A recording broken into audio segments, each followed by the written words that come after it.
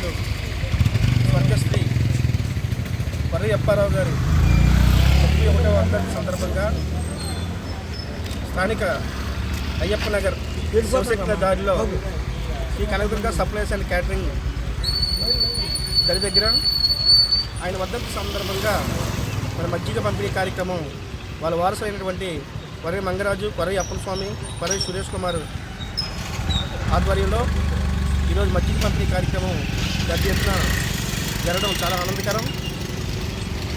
మనిషి పుట్టిన తర్వాత గిట్టగా మరణించక తప్పదు.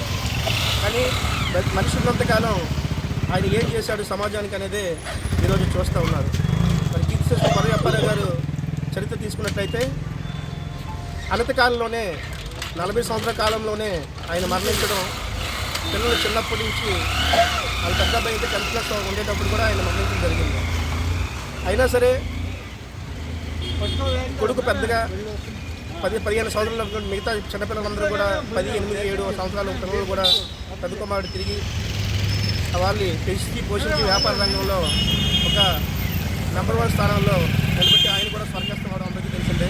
అన్నగారు చూపించినటువంటి ఏదైతే సమాజానికి కొంతైనా సేవ చేయాలనే దృష్టికోణంతో మరి ఆయన ముగ్గురు కూడా వాళ్ళ నాన్నగారు వర్ధంతి అవనియండి, వాళ్ళ నాన్నగారు జయంతి కార్యక్రమం కూడా వాళ్ళ తోచిన సమాజ సేవ కార్యక్రమం చేయడం, అలాగే వాళ్ళకి తోచిన సహాయం ఏ విధంగానే సరే మిగతా కార్యక్రమాలు ఏదైనా సరే పేదవాళ్ళకి వారి వంతు సహాయ సహకారాలు వాళ్ళ నాన్నగారు గుర్తుగా చేయడం చాలా ఆనందదాయకం. వరయ్య అప్పారావు గారు కూడా అతి చిన్న వయసులోనే చనిపోవడం, అప్పటికి కూడా ఆయన ఈ మధురవాడ ప్రాంతంలో వ్యాపార రంగంలో మొట్టమొదటిసారిగా లారీ భాగంలో లారీ వ్యాపారస్తుడిగా మరి అందరికీ సుపరిచితమే. మరి అతి చిన్నటి కాలంలోనే రాజకీయ రంగంలో కూడా అతను తెలుగుదేశం పార్టీ మరి నాయకుడిగా కూడా ఆయన ఉండడం జరిగింది. మరి ఆయన నాయకత్వంలోనే చాలామంది ఇక్కడ ఎదిగి ఈరోజు పెద్ద పెద్ద స్థానాల్లో ఉన్నారని చెప్పడానికి కూడా మనం ఎటువంటి శోచనీయం. ఆయనే నిజంగా బ్రతుకున్నంతైతే ఆయన కూడా ఒక పెద్ద నాయకుడిగా అవ్వాలని చెప్పేసి మరి ప్రాంతం అందరూ కూడా మంచి నాయకత్వం ఉన్న మనిషి అంత తక్కువ కాలంలోనే ఆయన పోగొట్టుకోవడం చాలా బాధాకరం.